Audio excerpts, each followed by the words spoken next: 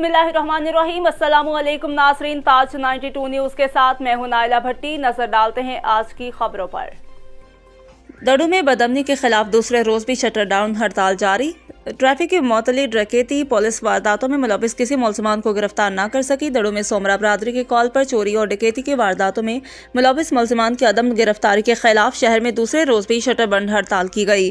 दड़ू शहर के तमाम छोटे बड़े कारोबारी मराकज, शाही बाजार, रेशम गली, सुजुकी स्टाफ, बस स्टाफ, सरकारी अस्पताल समेत तमाम छोटे बड़े कारोबारी मराकज मुकम्मल तौर पर बंद रहे।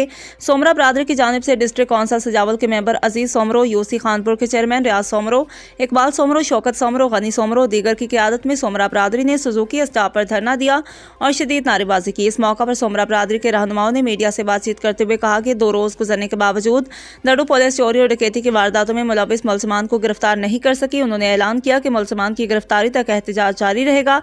दूसरी जानिब दड़ू पुलिस स्टेशन पर नए मुकर्रर SHO ने 2 रोज में मुलजमान को गिरफ्तार करने की यकीन दहानी कराई, जिस पर मुजाहिरीन ने एहतजाज खत्म किया। रिपोर्ट मुख्तार अली खोखर।